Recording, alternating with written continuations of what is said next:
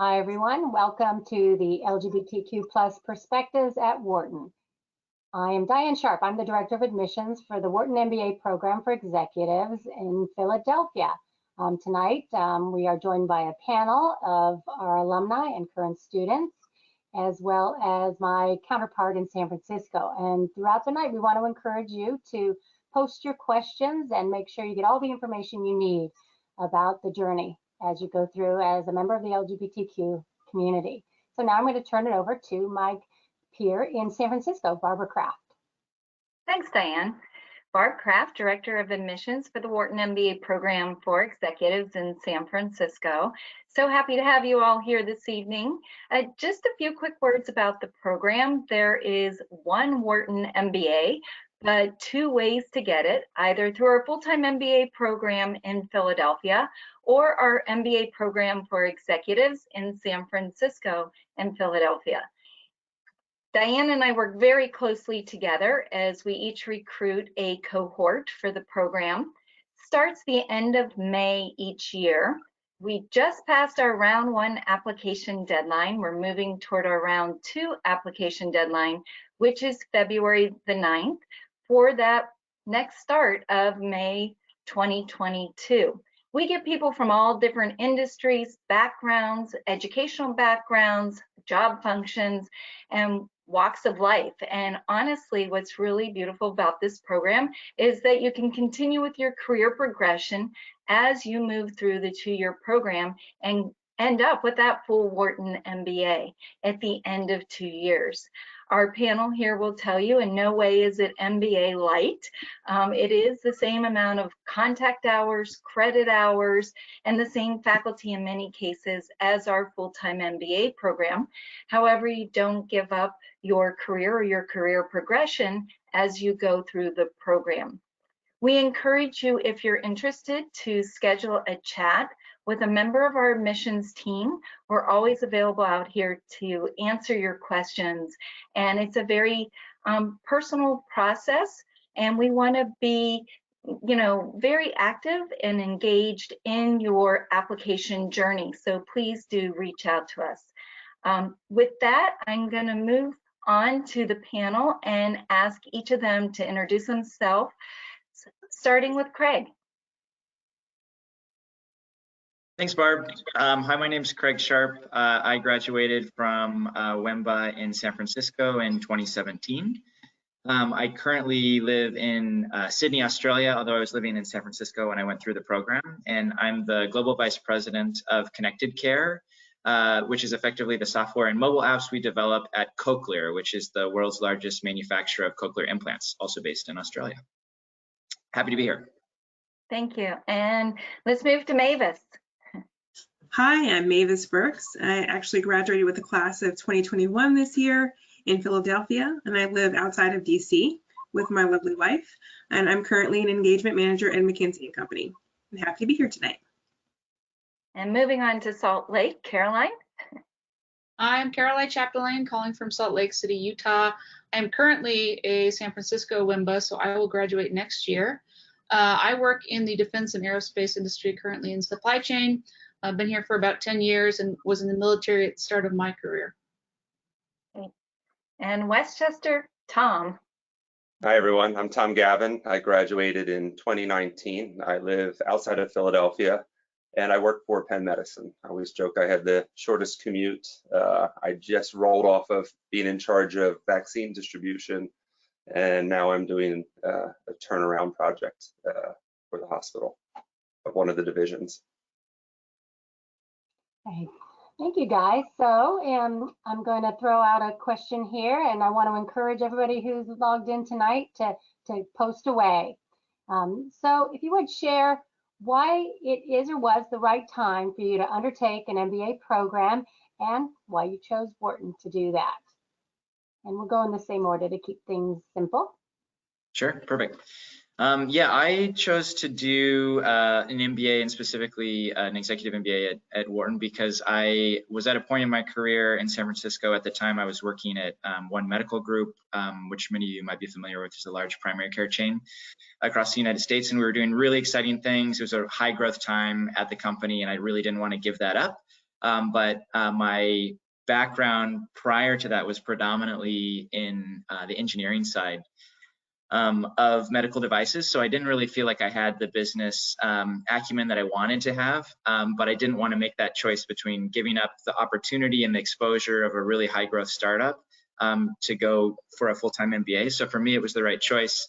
And my apartment was like a couple of blocks from the campus in San Francisco. So that also made the choice a little bit easier as well. So from my perspective, for me, there really was no right time, to be quite honest. And I realized that it was something that I wanted to do for quite some time and had been putting off. And I finally mustered up the courage to apply, and I'm so glad that I did. I'd reached a point in my career that I'd been a generalist and had a lot of really interesting and diverse experiences, but was really looking to sharpen my tool set and get a little bit more targeted in the opportunities that I wanted to have. And I felt like I'd reached a little bit of a plateau, if you will, and I wanted to accelerate my career. So I finally reached a point where I mustered up the courage and the gumption to do it and applied. Yeah, so I too was in need of something, and the MBA was the right answer. I came out of the military as a generalist, and I was doing well in my corporate career, but knew I needed something to set me that much farther apart. Finance, I knew was going to be a big portion of the MBA that I just couldn't find enough information fast enough in my day job.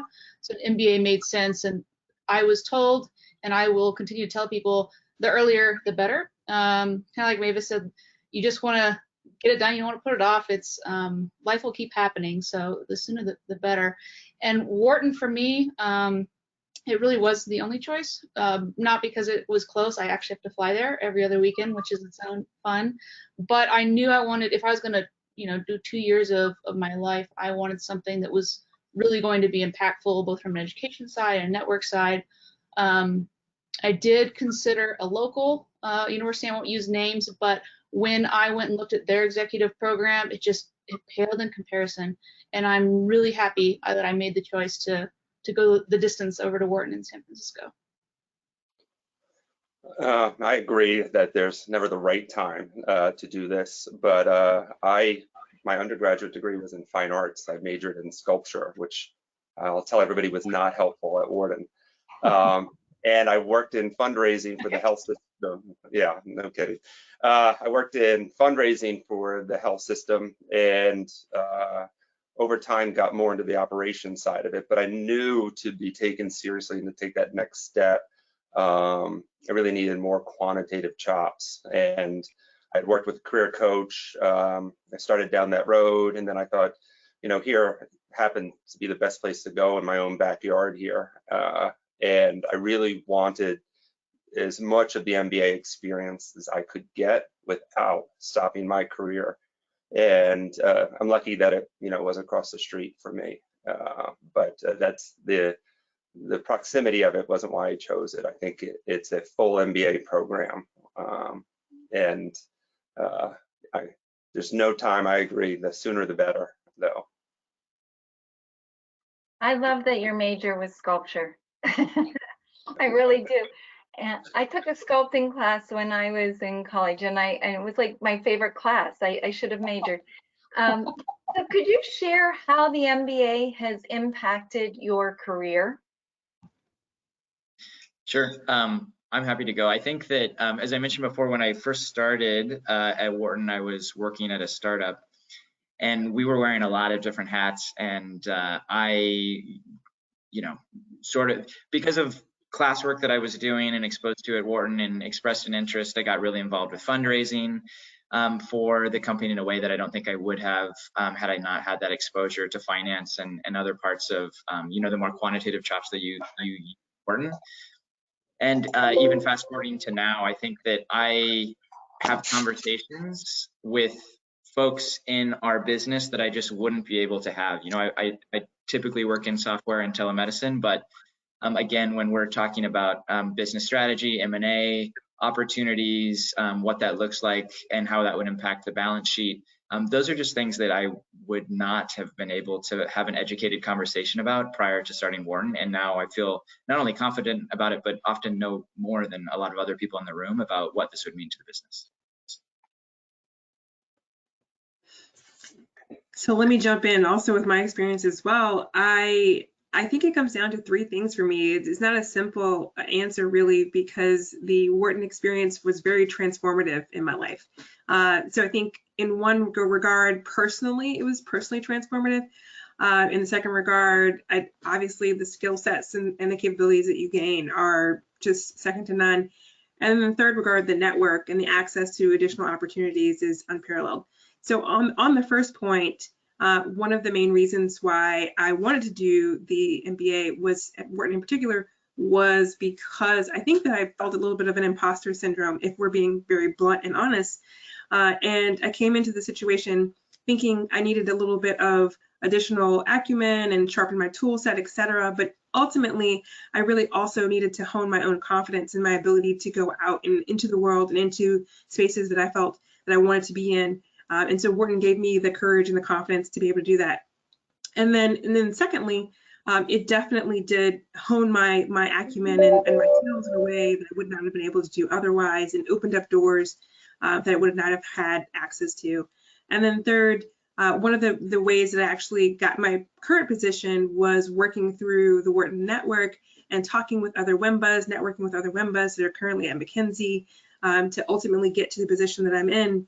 So it was a huge help, just not to say that it will open up every door in the sense that you don't have to still work for it, but you have access and you can have conversations that you might not be able to have had otherwise. And so once I was able to do that, coupled all of those three things together, it has been really, truly transformative in my career. So I did make a career shift immediately after graduation.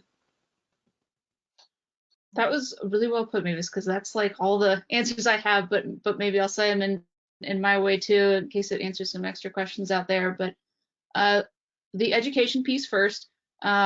Craig's right about the dialogues you can have when you understand the balance sheet, you understand how money works in a business. Boy, you're so much more powerful in a room. No matter what function you're in or what industry you're in, when you understand not just the finance side, but you'll also learn about operations and you'll learn about people management. And when you go put all those together, which once you've been through Wharton, you can, people just have so much more respect and understanding for what you bring to the table.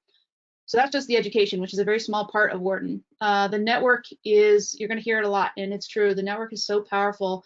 And it's such a weird word that gets thrown around, because it's not like this sleazy group of people that you call up, when you need a job. It ends up being some of the closest people that you're ever going to know, with such interesting backgrounds that you never would have been exposed to.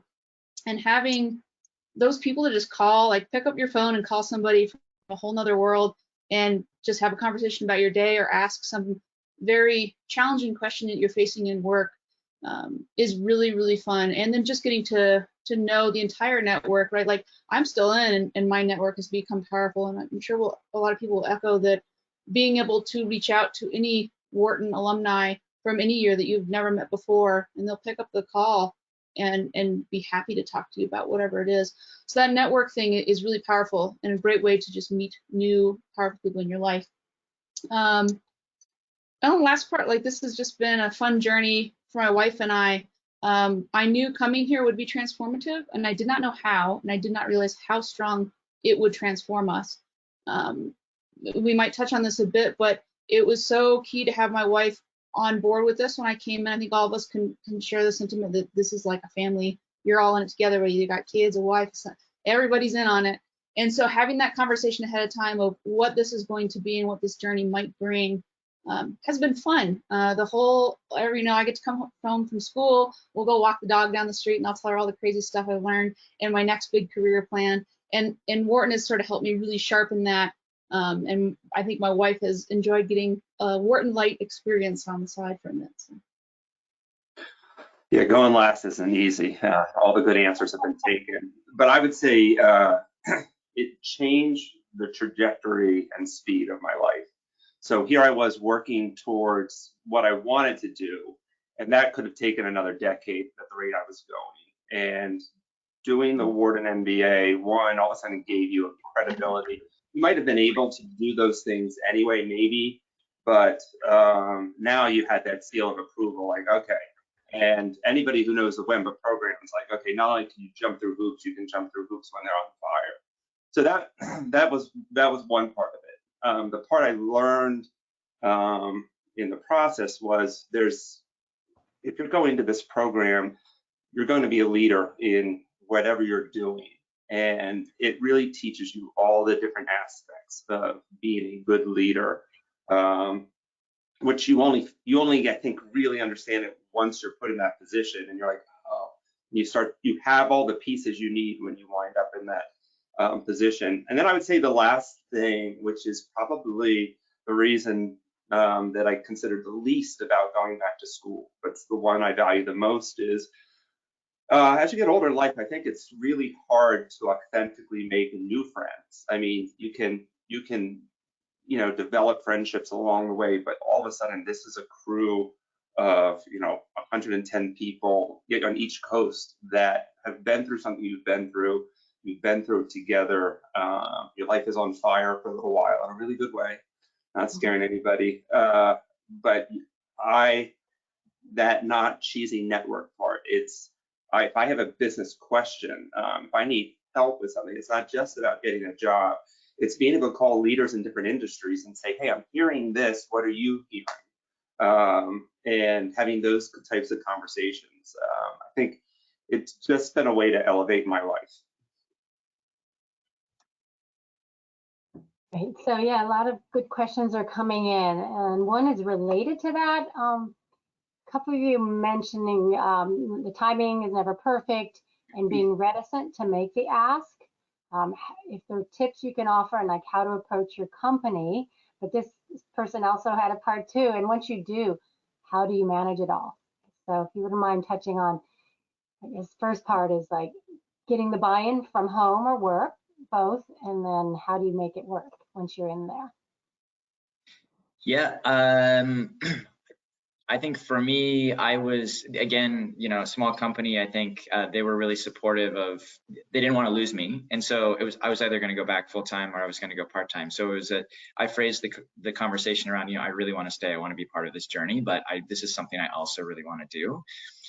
So, that was the way that I negotiated that with my employer. I think Caroline touched on this earlier, like, I probably underestimated the impact that this would have on my then boyfriend, now husband. So I'd make sure, have that conversation with your family too, because it not only is a time away from your friends and family, but it's really going to stretch you like a lot more than you anticipate. Like I thought like, yeah, I'll be fine. But you will go through an emotional roller coaster over those 2 years. And I guess to manage that, like I relied really closely on my partner, but also on my study group. I think you're in a study group with a small group of people, and you'll have really joyous moments, whether it's personally or professionally. There were births, marriages, there was divorces, breakups, deaths in the family, people losing jobs. So a lot of happy moments and a lot of tears, but I think that the study group really helped pull me through, because we were going through this together, and we just really solidified and bonded as a group. And I graduated from Wharton about 4 years ago, and we're still very, very close. So I think that for me, that was one way to really pull through. Yeah, I'll also start with the home front. It's extremely important, and someone else alluded to this a little bit earlier, but WEMBA is very much a family. So my wife came with me the day that I did my interview, and she was with me all the way through the whole process. We fondly talk about the partner day. So at the beginning of the program, all of the partners were invited to campus. And everyone really embraced her. And I remember Diane in particular was so kind, and she was very just impressed with how open everyone was.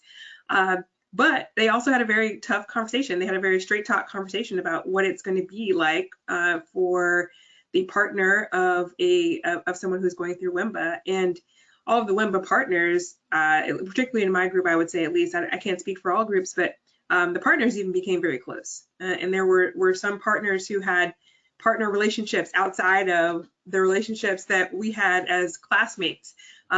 So really bringing my wife along on the journey was critical.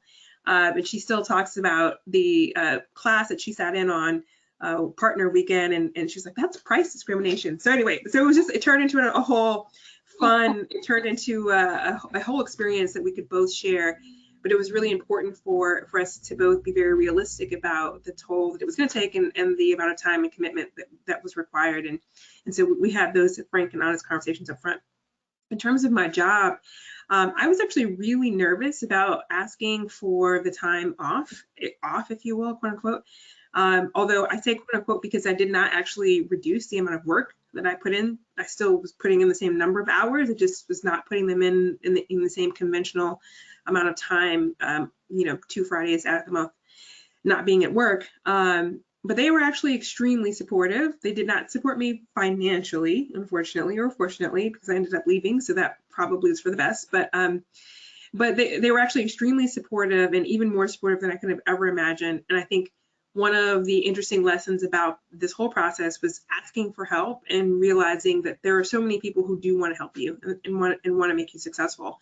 And so some of that reticence that I felt initially was quickly met with just support and overwhelming outpours and overtures of support. Yeah, so similar sentiment for me too. I think Barb, you gave me the advice early on, like, bring Kirsten and let her hear about what it's going to be. And so I literally brought her to everything. I brought her like the intro, I brought her the interview weekend. And so she understood the process as well as I did. She could, see that I was nervous. She could see that I was excited. And so she understood how important it was to me. But then she also heard from the school and from meeting other partners, this is going to be a challenge. But you've got support along the way, and it's growth for everybody. So that was good. Bring her with it. And like I said, walking every day and talking about it, and just not forgetting that she's a big part of my life. I think I've heard this a few times, that like 3 big pieces of your world you're going to have, right? You're going to have your family life, your school life, and your work life. And things are going to have to take different priorities at different times. But one of the things you can't forget about is certainly your family. And so being very intentional about keeping her involved has helped us through the tougher times. On the work front, I too didn't know how to have that conversation because I felt pretty junior. I was fairly new to the company. I didn't know, like, it feels like you're going in to ask for time off, but it's anything but.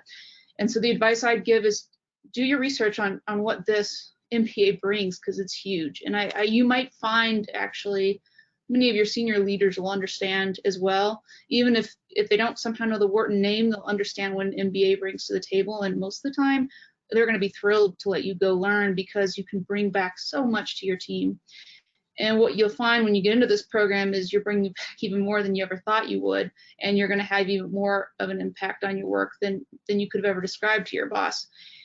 In the event that your work conflicts with that, that may be a sign that maybe there's something more you need out of a workplace, and Wharton will give that to you as well. So don't hesitate, do what's right by you.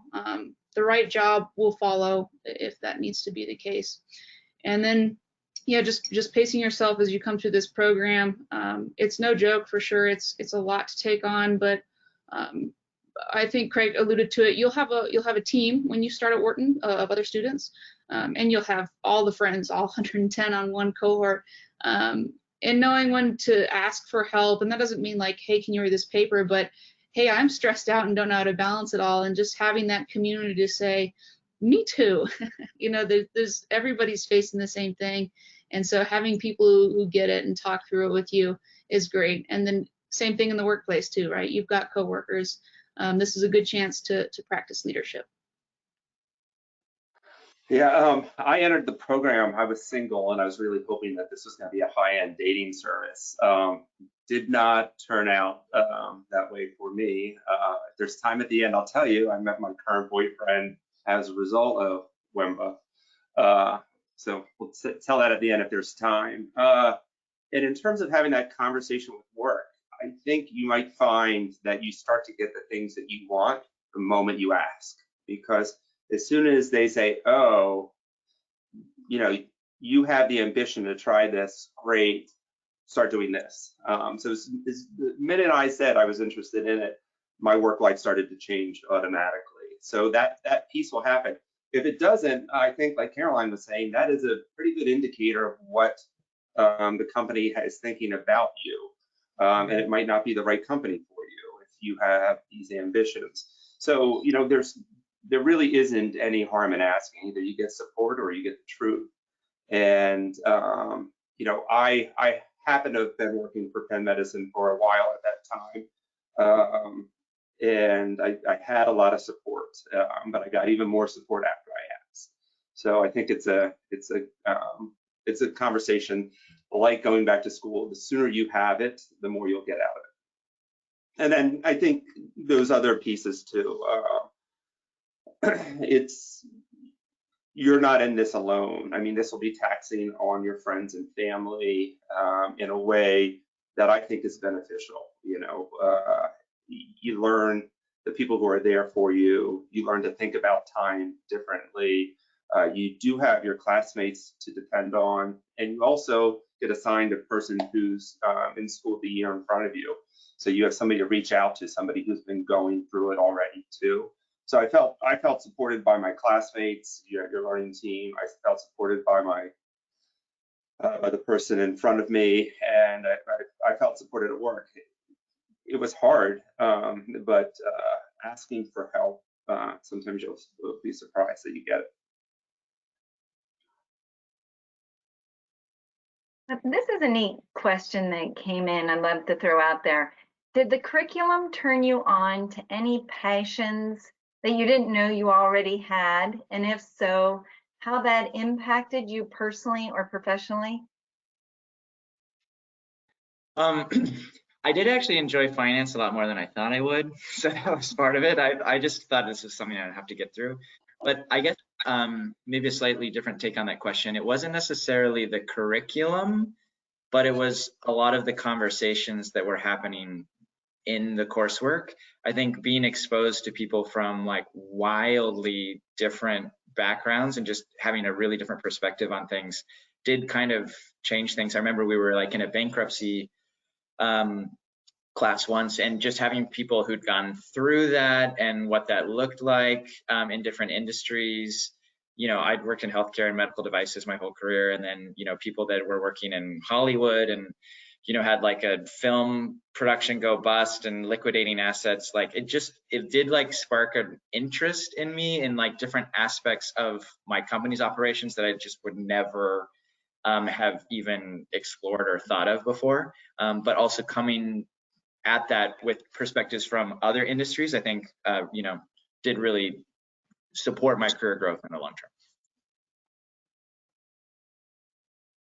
I definitely had a few moments in the program that the classes themselves sparked thoughts and interests in things that I really did not think that I would be interested in. Two examples come to mind. One is I came to Wharton just vehemently opposed to entrepreneurship. I am a naturally risk-averse person. I like the stability of working for a large company, and that's just my nature. But there was such rigor and attention put towards the entrepreneurial classes that I found something really interesting in them that didn't necessarily mean that you had to be some crazy Elon Musk type of an entrepreneur. It opened my eyes up to a different way to view entrepreneurship that I found completely just enlightening and invigorating in a lot of ways. And so I don't know where that will take me. You know, in the near future, I'm still working obviously for a big company, but at some point I do hope to fold that into my future life. And then the second thing is in particular, I took a class on product innovation, and I specifically remember sitting in my writing in my notebook, sketching out different mock-ups of mobile apps. And, you know, that was part of the assignment, was to literally do storyboarding of what your product would be and what the physical manifestation of the product would be, and sketch it out. And at first I thought it was the most ridiculous assignment. And I thought, what in the world is this professor thinking? He's so old school. You know, we're digital now. Why am I writing down on a piece of paper this mobile app? But after I got past the initial mental block of it, I found it so peaceful and also tapping into another part of my brain that I had never really tapped into. So there are little moments like that that, you know, just can spark something really great and really fun and really interesting. And partially as a result, I started doing more work in my job in the digital product space. So I started working with folks who were working on the mobile app within my previous employer's mobile app, and just really starting to learn more about it and starting to understand, you know, the nuts and bolts of what it takes to take a digital product to market. And now I'm hoping to actually very literally take that and make that as a part of my offering in my current job. I've had two, for me, finance and entrepreneurship. I'll start with the financing side of the house. I liked accounting because it was like 1 + 1 = 2 most of the time. And then I knew quant was not my strong point, so I shied away from anything harder than that, but 1 + 1 can = 2 most of the time. And so that was a nice relief that I could do math. The other important thing is learning how to do math, because it opened my eyes so much to how to think big. I think maybe 2 years prior to starting Wharton, I bought my first house. And for anyone who has done that in their life yet, that is kind of your first big purchase, and it's terrifying. You think of that number and how you're going to have to pay it off maybe in 30 years, you hope.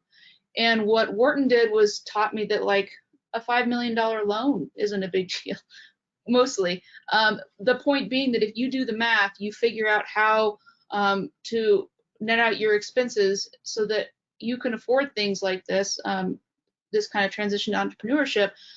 It's not so scary. And so Wharton really helped me break down all those big barriers that I had in my mind of my little house for $300,000. How does this compare when I'm working at a 50,000 person company that's doing billions and billions of dollars in revenue every year? How is this possible? Wharton fills that gap and helps you understand how that's possible. And then you get to fill that gap with your next career, which brings me to my entrepreneurship. When I came to Wharton, I also thought, well, maybe I could be the next Steve Jobs or Elon Musk. And I think some professor was kind enough to meet with me on like my first week of school, and I had whatever big idea I was going to have, and he was kind and helped me understand there were some things I hadn't thought about. And then I took a class on entrepreneurship from a startup standpoint and realized that that wasn't for me. And so this was part of that honing in on what my career path was going to look like. And so I knew like corporate life, I learned the trajectory from my students, from other students, and then entrepreneurship through startup I learned through class. And now I've kind of found this one other avenue I never would have thought about, which is entrepreneurship through acquisition. And that class has like blown my mind because it's exactly what I want to do. It's answered those trying questions about finance and legal and scary risk all at once, and really helped me figure out my career path from here on out. Yeah, I would say that idea of scale, of being there to think bigger, was an overarching theme, you know, to think on a larger basis. But then in terms of specific things, learning along the way, statistics, I now use statistics in my job all the time. And trust me, I was not using it with my degree in sculpture. But there were various aspects like that now. So even when I might have had the idea before going to WEMBA, now my ideas are fully fleshed out. So I can think of the HR components, I can think of the marketing pieces, I could think of how much it's going to cost and how much it's going to cost when you consider time. And having those different aspects is something, you know, you'll get throughout the 2 years, but it's changed the way I think about things. So when I come with an idea, it's more rounded and more realistic. Incredible. I mean, that's, Wharton gives you credibility, but they give you the skills to be credible. I wonder if, sorry, Diane, if I jump in, I wonder if we could talk, because we're all talking pretty like large scale things, but I wonder if maybe we can talk some specifics from the program that like big memories or things that you really loved or course that you really loved. I'll just like kick it off since I'm throwing this out of nowhere. One of the things that I know will be profound from here on out for me was marketing week, which coming into marketing week, I was really not excited about it because I was like anti-marketing. But for those of you who are learning about Wharton for the first time, one of the many cool things it has are these little like hardcore weeks of something. And this one was an exercise in marketing. You're together with like 4 people in a room for 5 days, basically working a company's marketing strategy. It's a really cool simulation. But what it did, one, I got to go meet all the East Coast people, one of whom's now a lifelong friend, and that would have never happened without this. 2, I learned one of my biggest weaknesses, and now I've kind of emphasized it, it's my inability to do any data analysis. And what was fun about my team is none of us were good at data or doing the math. We were all big strategy thinkers, so we totally tanked. Like the professor put it up on the screen in front of all 200 classmates, like, and this team, Team Yellow, did the absolute worst. And they're probably going to fail the class. And like, we're sitting in the back, like, oh God, don't name names. But we all walked away from that knowing we had learned something very, very integral about our leadership capabilities and what we could take back to the workplace from that. And so absolute failure in that class, even if we didn't do really well in that respect, meant so much for our learning. And so I'll remember that week. Maybe I'll hand it off to Craig if you've got one. Yeah, sure. I was like trying to, I'm like, there's so many, I don't know which one to cipher through, but I think one thing that certainly was memorable for me, and it's actually where I met Diane, was our International Business Week. So I took a trip to South Africa, and again, that was a mixture of East Coast and West Coast students.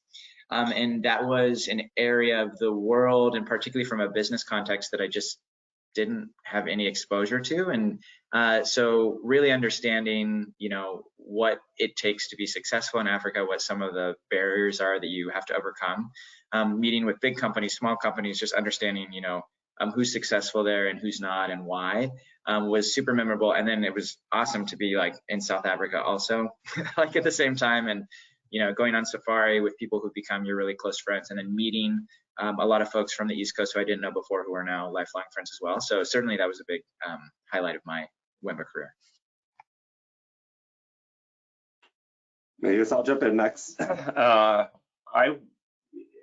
in one of those week-long sessions, I did a program with the McNulty leadership group, and we went to Alaska. And honestly, I thought it was going to be just a fun boondoggle. I was there with like this inverse Gilligan's Island group. There was a military guy, a doctor, a consultant, and it was just meant to be fun. And along, besides the guides, there were 2 people from the leadership group. And I learned lessons on that glacier. So we were on there for 8 days. It was very cold. We were hungry. It was tough. And it's not my first time being outdoors, but this was extreme.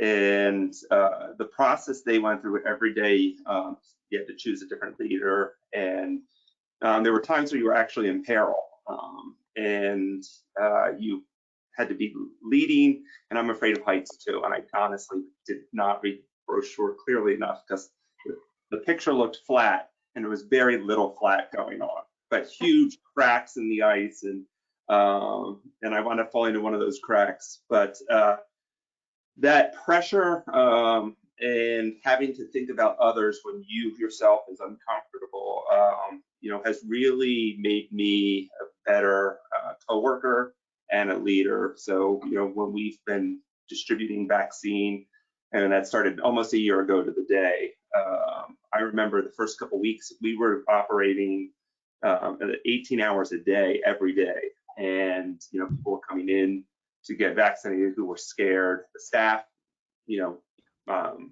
they were uncomfortable because they were in PPE. And having the ability to think about the job and to really care about the people when I too was uncomfortable, that's a lesson that I got on a glacier in Alaska, which would never have happened if I didn't go to Wharton. So I had a lot of good times. That's a serious time, tons of good times, but that one has served me well. Thanks, gang. All right, I'll hand it back to you guys for more questions from the audience. Yeah, and I just wanted to explain that there are a number of crossovers in the program. So we each take a cohort, Philadelphia and San Francisco, but we consider you part of one large class. So you'll all start together in Philadelphia for that first week of the program, orientation, first week of classes where we do some things together, we do some things separately.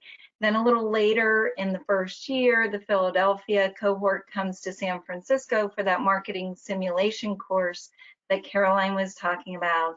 And then year 2, we have the Global Business Week, which is a required part of the curriculum. That's what Craig was explaining, where our students get a choice both east and west of 4 different locations, and the 2 groups merge for that. And then there are the global modular courses, where those are elective courses, anywhere 3 to 7 days in length, led by Wharton faculty around the globe, where East-West executive students are choosing from those, as well as some full-time MBA students for those elective courses. And then, of course, there are the leadership ventures, if you really are brave like Tom, that you can take, and those are both East and West, and I believe some full-time students also. Yep, and then they make up their own. I hear there's some students in the second year going to Antarctica. You're on that? Yeah. Are you? Terrified. That's great. It's gonna be awesome, but I'm terrified. Yeah. And you get some tips from Tom. I think it's will. flatter there though. Can I audit the trip? We have a really great straightforward question from someone who's on here. As queer people, did you feel like you could bring your authentic selves to the classroom at all times? Wait, can I jump on that one? I was afraid going there that it was going to be real broy, and that especially in a program where you have to rely on your classmates, I was really concerned that I wasn't going to fit in, and I found the opposite. You know, being honest about who I was and being open. We have a great group of LGBTQ graduates, and from WEMBA as far back as we could find people.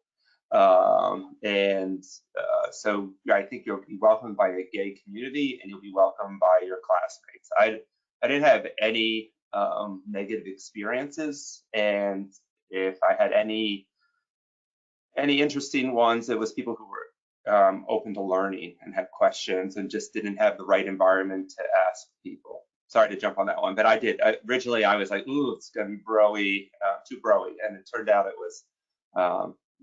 was really better than I could have hoped for. Yeah, I think I just echo. Oh, Good. sorry. I would just echo what Tom said. I think I had some initial reservations going in because I don't know, for some reason, I think because Wharton draws from all over. So, you know, I was living in my like happy bubble in San Francisco, and then it was like, oh, there's going to be a bunch of people from like Asia and different parts of the US. I was like, uh-oh, what's this going to be like? But actually it was really, really great, really welcoming community. I think Caroline touched on this earlier, but my partner was probably like more popular with my classmates than I was.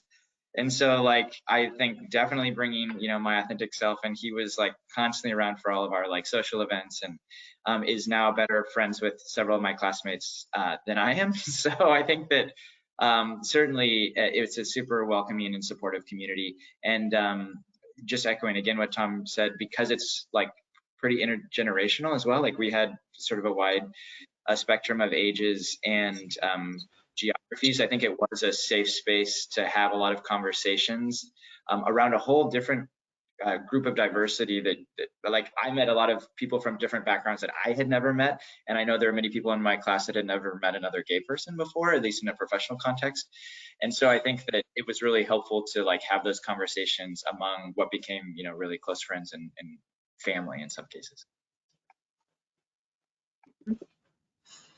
I will say that I didn't have any real apprehension about coming to Wharton as a queer woman.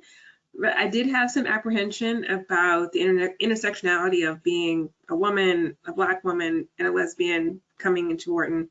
And I felt like it was just a lot of otherness. And I just didn't really want to, I didn't love how much otherness that feeling felt like. So to be honest, it took me a little bit of time to really truly feel that I could be my full authentic self, not because I felt like I couldn't be myself, as in I couldn't be out or that people wouldn't accept me, but more so dealing with the feelings of otherness. And so that was a real struggle that I had to deal with. But ultimately, the more that I opened myself up to other people and the more other people opened themselves up to me, we bonded so much, and there was just more, even more than I could have ever anticipated in terms of the level of connection and the level of friendship and support that came out of it. But the initial period, in all honesty, was a little difficult. And I think everyone's sort of hinting at it, but one of the things that surprised me was how much like it didn't matter. It was so nice that like, I think these panels are going away. I love being here with all of you, but it's sort of becoming like a topic you don't even address, like, oh, my wife's coming, cool. And you don't get that weird side eye. I came from, like Mavis, I had a lot of stuff in my own head because I had come out of the Army during Don't Ask, Don't Tell. I'm in a male-dominated workforce in Utah, which has its own leaning. So I had a lot of fear as well, being all those things coming into Wharton and knowing how to deal with them, knowing the weird pauses and stuff. And it's just like never happened at Wharton. It's so nice. And like Tom said earlier, if anything, it was curiosity for folks who had not maybe had the chance to open up to somebody and say, hey, I really don't understand the queer world. Can you explain it to me? Or more recently, I got, what was it like with Don't Ask, Don't Tell, being a woman, because I'd met my wife in the military during that period. How did you guys deal with that? And then being able to like have a candid conversation.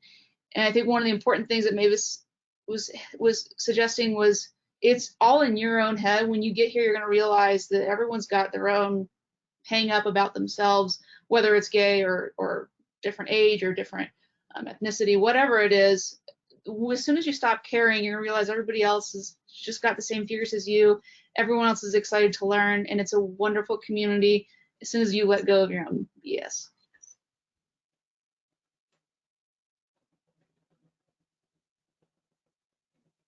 Thank you. Caroline, would you like to jump in and ask any other questions? Yeah, I've got a lot of questions for these guys. So you three are ahead of me in life. I think one of you has graduated this year, and I think one of you is at least 2 or 3 years ahead. So I'm curious, looking back now, what all is either maybe people still impacting your life or an education that still rings true to you, or things that are really helping you carry yourself years on?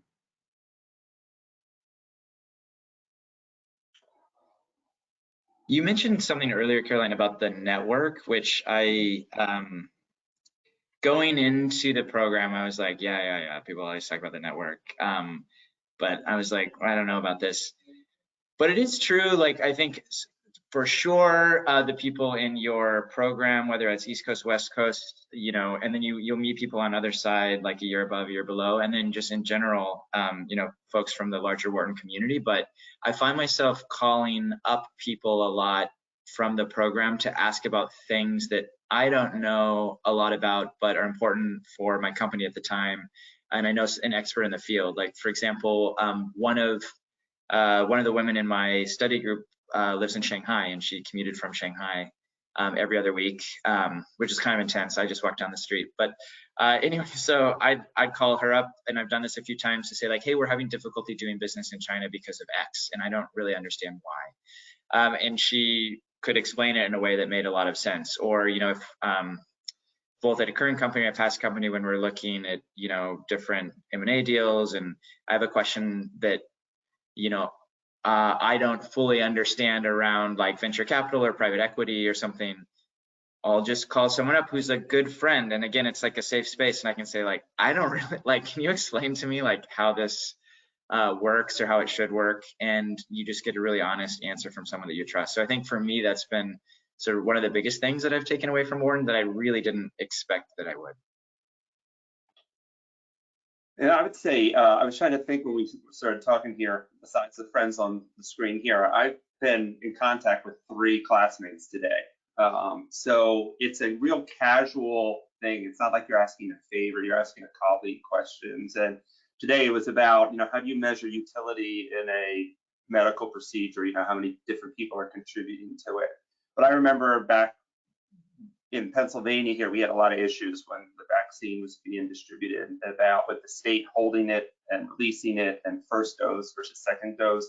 And I remember at the time, I'm like, I am literally too tired to think about this well. And one of my best classmates hedges currencies. And I'm like, Mike, I need your help with this. And next thing you know, I have this beautiful spreadsheet, and we were able, at one point we were defying the state because his spreadsheet was so accurate in predicting when we would get the vaccine from them, and they couldn't tell us. But by logging what was coming in and how long it took to distribute, we never had a shortage at our hospital, which people loved.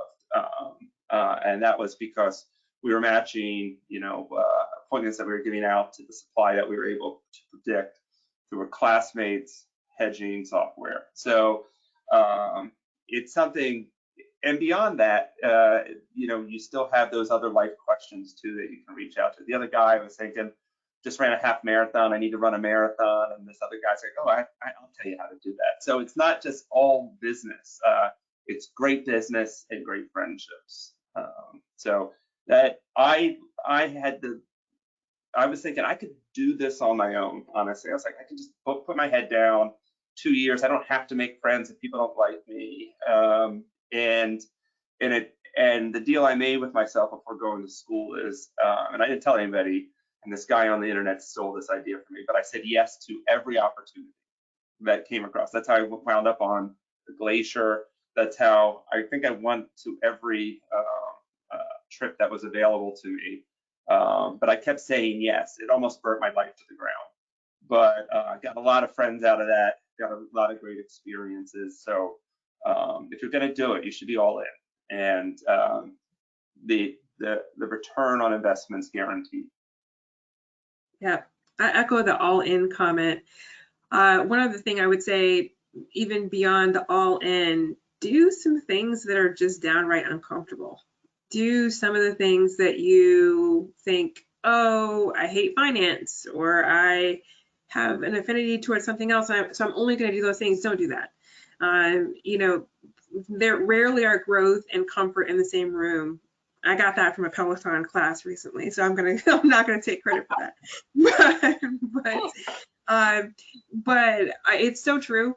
I think some of the moments where I learned the most were moments where it started off in some real discomfort and maybe even some tension. And I thought about like one of the classes that stood out to me the most. I can't even remember the name of the class, and it's not even something that's often offered, actually, but it was a simulation for teams. It was specifically about leadership and team building. And my learning team and I had to go through this process of like running a simulated company. And prior to that moment, we were having some significant issues, some significant interpersonal issues. We ran the simulation, and almost everyone who started the simulation started off as skeptic. Including myself, and I love those kinds of things. I mean, I'm the kind of person who loves like a trust fall or something like that. Like I'm all for it, but I was even skeptical. But it totally turned around our entire interpersonal conflicts, our entire ability to work together, and it was transformative. So just leaning into the parts that are uncomfortable, even in the smallest of ways. Have conversations with people that you would never think that you would have a conversation with.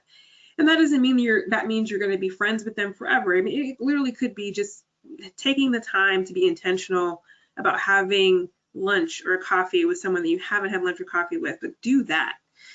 There's so much richness in the program, from the content to the people and the conversations that are going to be had, the professors that you'll interact with. It's just almost overwhelming. So, it can be easy to shy away from certain things, but don't.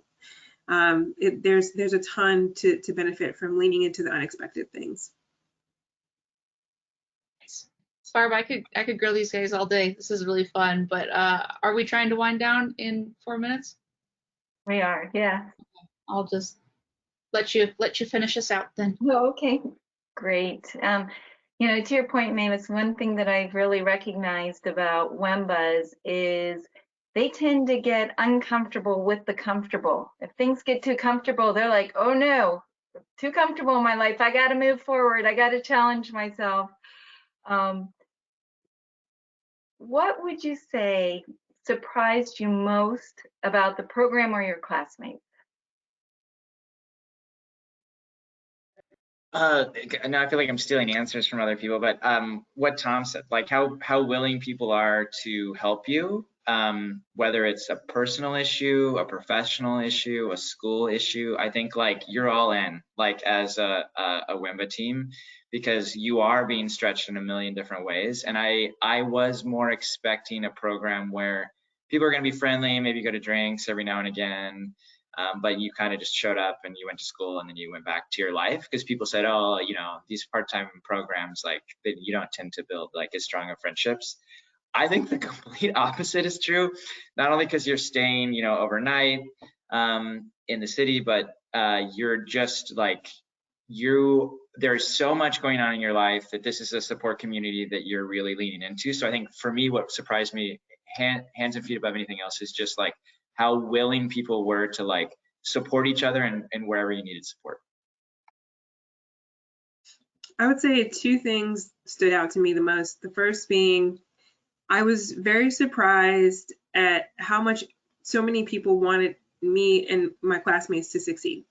I know that might sound a little odd, but I thought that on some level, of course, that they would want me to succeed. But I mean, truly, I felt like people wanted me to succeed. And I had a sense of, okay, you're smart. You're here because you're smart. Let's get over that and let's just talk about how you can be the best person that you can be in the course of this program, as opposed to continually trying to prove yourself. And that was another part of my own personal baggage that I came into the program with, that I had to work through. And it was a wonderful process of working through that and realizing that people just wanted you to be your best self. And the second part was very surprised at how much I had in common with people that I had nothing in common with, in essence. That was a huge surprise. Even when I look back on the learning team that I talked about that we started off a little bit rocky. You literally could not pick 6 more different people. I mean, if I told you the breakdown of these folks, you would understand, but we all had so much in common at our core. And it was really great to see that and to really connect with people on a different level that I never would have before. And I would add, I think that surprised me the most was me. Like, I grew far more than I think you could typically grow in 2 years. And it wasn't just in education or business, it was comprehensive. Caroline talked about the 3 legs of the stool, and the joke was you should only be screwing up one of those legs per week, and a good rotation on that worked. But you actually light it on fire in a way that's tough, but good. And I think you come out, I grew a lot in 2 years. And I also came to a new understanding of time, like what's reasonable to put in and what's reasonable expectations. And I think a lot of people think it's you come out of this unreasonable because you want more. You don't just shoot out the end and like, oh, that's it. Now you know what's possible from yourself and from other people. And so I would say, you're not coming here just for an education. And I think saying you'll get a network is the cheapest version of what you're going to get. You'll get a new life out of this. I don't have a single classmate who would say something other than that.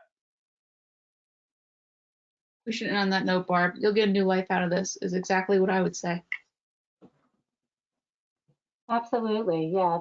This has been amazing. I think that is the number one myth that people who reach out to Barb and me is, oh, but if I do an executive MBA, I won't have the same bonding. And we're like, oh my gosh, it is the opposite of that. And we watch it and people are surprised, and it's really neat to watch. And I know most of you just met each other tonight, and hopefully you guys are now part of the greater Wharton and WEMBA network, and can't thank you enough for spending this evening with us. And thanks to everybody. If we didn't get to your question, we'll answer it offline, or you can reach out to us, just the email addresses that are on our website, so the fastest way right now. And we hope to be hearing from you. So thanks to everyone. Thank you. And as someone here online said from the audience, thank you so much for such an honest and inspiring conversation. It's much appreciated. Have a great night, everyone.